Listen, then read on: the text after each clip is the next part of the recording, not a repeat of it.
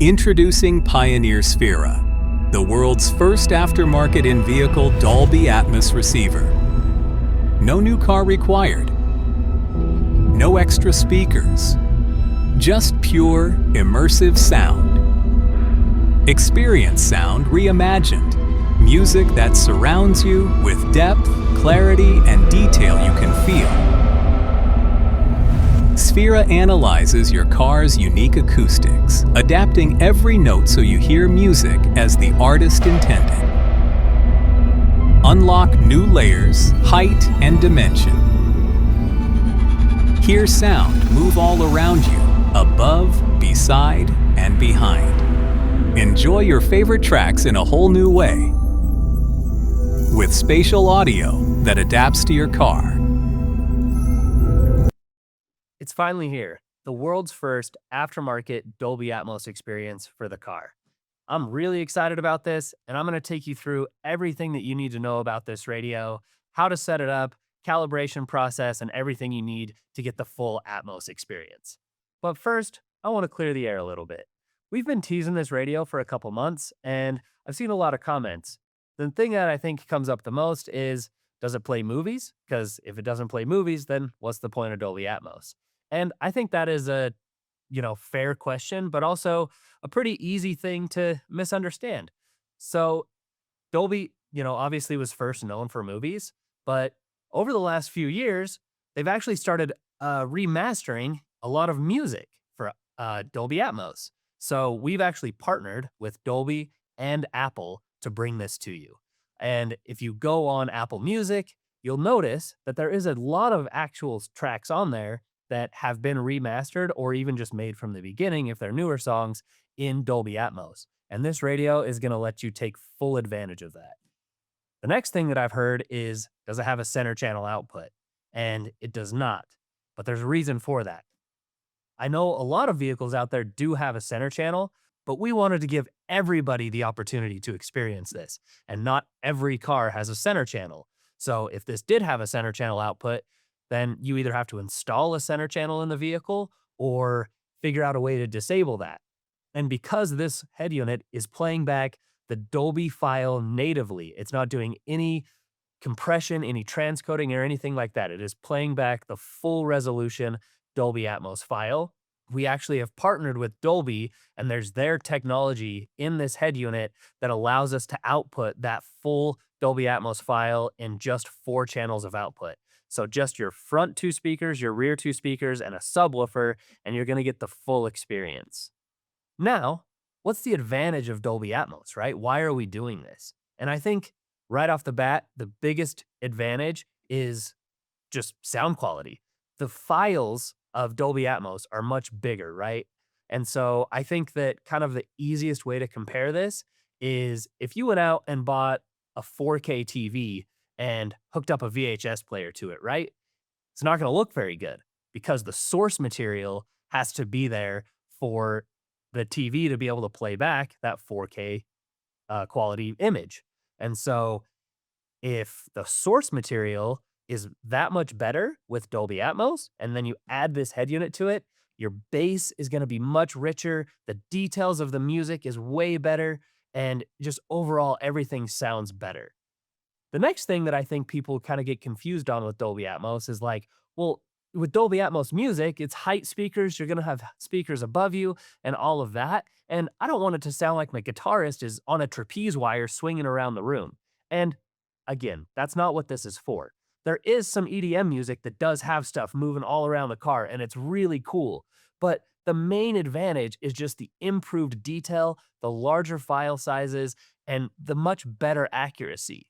Another huge advantage to Dolby Atmos is, especially because we're in a car and the speakers are you're never sitting in the middle of the speakers, right? You have one speaker in the door and you have another speaker in the passenger door on the other side of the car. Traditionally, with 2-channel music, the only way to get that center image so it sounds like the singer is in the middle of the dash is by adjusting the levels of those speakers and adding timing in the song, but also with a DSP. Now, the 8000 does have a very powerful built-in DSP. It comes with a calibration microphone that you put on your headrest, and I'm going to walk you through all of that as well. But the other huge advantage to us having Dolby Atmos is now when they're creating the track, they can just put the speaker, the vocalist, right, the singer, right in the middle of the track, right in the middle of the dash. So they don't have to just use levels; they just put it right there. And if they, want to have the guitarist on the back left side of the stage, they just put it there. So it gives the artists and the studios much more control and ability. And we actually did an interview here at the Weber State Dolby Atmos studio. This is one of the best studios in the country. And I sat down with Ray Kimber, the owner and founder of Kimber Cable, and we do a deep dive of Dolby Atmos, how music is made, and how much different Dolby Atmos is going to make listening to music. If you want to check that out, see more, I'll post a link here as well down in the description. And that is going to take you really into the weeds about Dolby Atmos, where you can learn a whole lot more. So check that out if you want. Let's dive into the radio. First, I want to open the box, show you everything that it's going to come with, and talk about what this is capable of doing. All right, now let's open it up and see what comes inside. So first, you have this little manual here. This is telling you that the microphone to calibrate the radio plugs into the auxiliary input of the radio. So this is right on top saying, hey, just so you know, leave access to the aux cable for calibration. You got your GPS antenna. So this helps with CarPlay or Android Auto maps. Your AV input. So this is your RCAs, backup camera, mute wire, front outputs, and your auxiliary. So this harness right here, the auxiliary is where you'll connect the tuning or the calibration microphone. This is an extension, so you can run this out to your glove box or whatever to make, if you need to recalibrate, you don't have to tear apart the whole dash. You have access to the auxiliary. This is your power harness. So this is where you hook up all your speaker wires, e-brake wire, power, ground, all of that. This is your microphone for the calibration. So this is your calibration mic. I'm going to open this up just so you can see. It's pretty small. You will mount this on your headrest, and you will want this part with the holes, you want that facing forward. So we'll show you that in the car as well, but this will be facing forward, and then this end is what you plug into the auxiliary. This is a little spacer. So this bracket right here actually moves the screen in and out. So if you need some extra clearance in your dash from vents or, an overhang, you can add this and that'll actually space the screen out about a 1/2 inch. This is the mounting bracket for the screen. So you can actually move that left to right as well. So you have some adjustments to be able to, kind of fine tune the screen in the car, in the dash where you want it. USB extension. This is to charge your phone, plug in a USB drive, thumb drive. Also, obviously, for wired CarPlay or wired Android Auto. Here's your Bluetooth mic. So this is the microphone that'll pick up your voice when you're doing hands-free calling. Some mounting screws. Now, these are specific. So the ones with thread lock on them should be used to mount the screen to the chassis. The longer ones are for if you use this spacer, then you use these longer screws with the brown thread lock on them. So just kind of make use of that when you're doing the install. Keep that in mind that the thread lock ones are for the screen itself. And then these other ones are your universal dash kit ones. And then these little teeny black ones, if you can see it right there, I'll try to hold that up to the camera. These are to mount the cover on the back of the screen itself. So I'll show you that here in a second. So then we pull the brain out and you have your quick start guide. So this is going to walk through, calibration, easy, quick setup. There's a full user's manual on our website, but the quick start guide is in here as well. So this is the main brain of the unit. This is what you'll connect your screen to. On the back here is where all of these harnesses that I just showed you connect. The auxiliary is over here. So make sure you don't connect the auxiliary to the WR. It won't fit, but this is actually for steering wheel controls. Auxiliary plugs in over here. And then we have the beautiful 10.1-inch HD display. And the plastic here. It's just like the 6000 with the luminous bar up top. You do have the physical volume buttons here, which I do really like, just making turning the volume up and down a lot easier. And then this is that cover I was telling you about that slides up. And then on the side here, those little teeny black screws, you'll put one in on each side to, so the other one will go right here to hold this on after you get the install finished.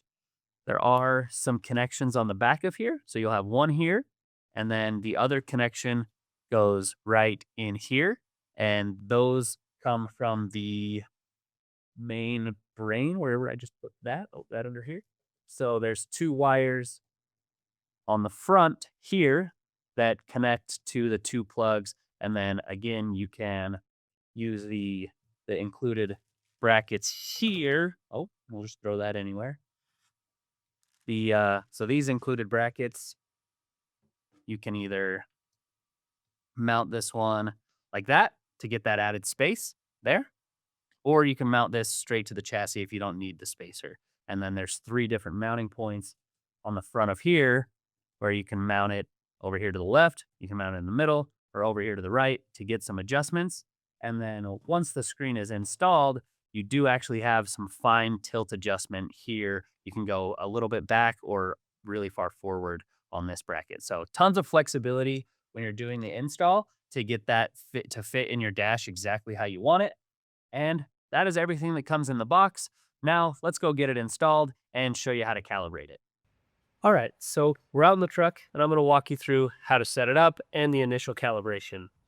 So first, you're gonna select your language, network mode, or standard mode. Now, for Dolby Atmos to work, we have to be in standard mode. So I'm gonna leave it in standard mode, push OK here, and now it's gonna walk you through some recommendations. So first, we recommend that you optimize the sound field using the Auto EQ microphone that's included in the box. I've actually ran that auxiliary that I told you about over here into the glove box, and I have the microphone plugged in, so we'll get that mounted up here in a second. So we click Next. This is to QR code that you can scan to get a little bit more information about the setup process if you want. Takes about 5 minutes, and you do want it to be quiet. It's going to play some test tones through your speakers to kind of tell the radio where the speakers are and get the acoustics of your vehicle. Tell it where your driving position is. I'm in the left seat, and then connect the microphone. The luminous bar will light up when the measurement is complete. Measurement will begin 10 seconds after you press start. You want the microphone sitting as close to where your head is as possible, and the perforated part where the mic is facing forward. So I'm going to mount it to the headrest here, and then I'm actually going to pull the seat forward so that the headrest is kind of sitting roughly where my head is. So I'm going to do that real fast. Okay, we got that off. Now I'm going to bring this over, stick it on the headrest. I'm also going to straighten the headrest a little bit, get it closer, and then drape the cord around the back so it's not pulling on it. So it'll sit there. And then, like I said, my head sits about right here, right? So I'm going to move this forward till it's about where my head's at. And then you just tilt that forward a little bit. And then come down a little bit. So I'd say that's pretty close to, where my head sits when I'm driving. Then we just reach up here and push start.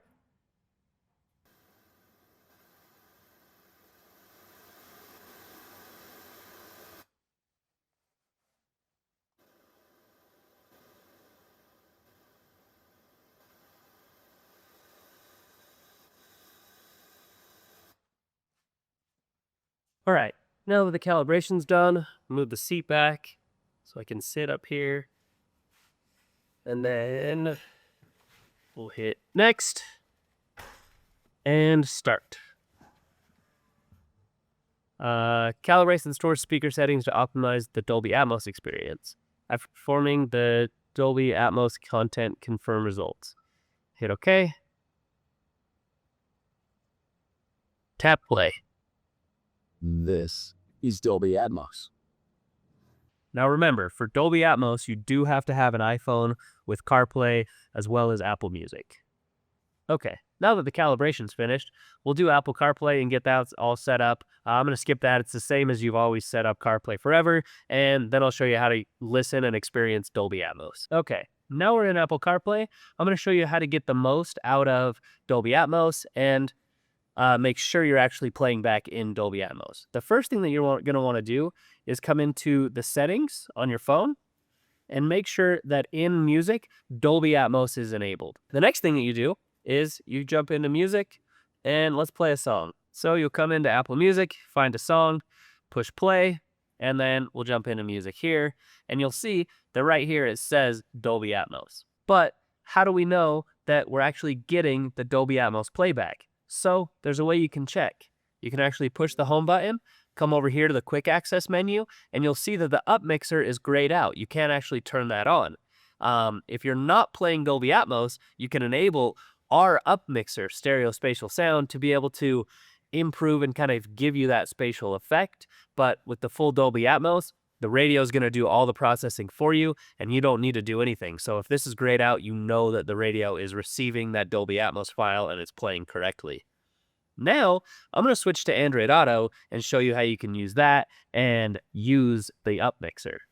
Okay, now I'm in Android Auto. I've got Spotify pulled up. I'm playing the same song, but because Dolby Atmos isn't compatible, if we come home, we can see that this is lit up now. And if we press it, now we're turning on Pioneer's kind of spatial audio processing where it's up mixing and it's kind of giving you a similar effect as Dolby Atmos without actually having the full Atmos file. And I think the thing that I notice immediately as soon as I turn that on is the sound goes from sounding like it's down here in the doors to bringing it up and having a much higher sound stage and being a lot smoother. So that is another really cool feature. If you don't have an iPhone, you can still take advantage of that spatial sound and the tuning and the processing and everything that the radio is capable of just by turning on and off the spatial effect right there. If you don't like it, obviously you can easily just disable it and it won't do anything. You're just listening to standard 2-channel playback the way that you've always heard it, kind of forever. So that setting is right there.